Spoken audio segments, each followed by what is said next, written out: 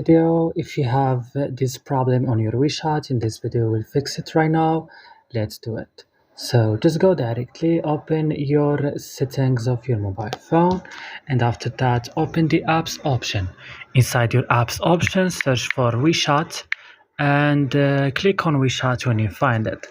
Here guys, you will see this list. Go directly to the storage option, click clear cache, and back right now, click force stop and click right here. Okay.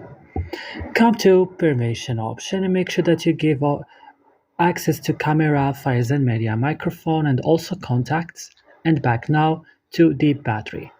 Click on optimize it. Move directly right now to Play Store or App Store, and you should update right now your WeChat on the last version.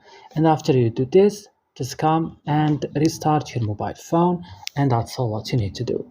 I hope this video was useful. Don't forget to like and subscribe, and bye.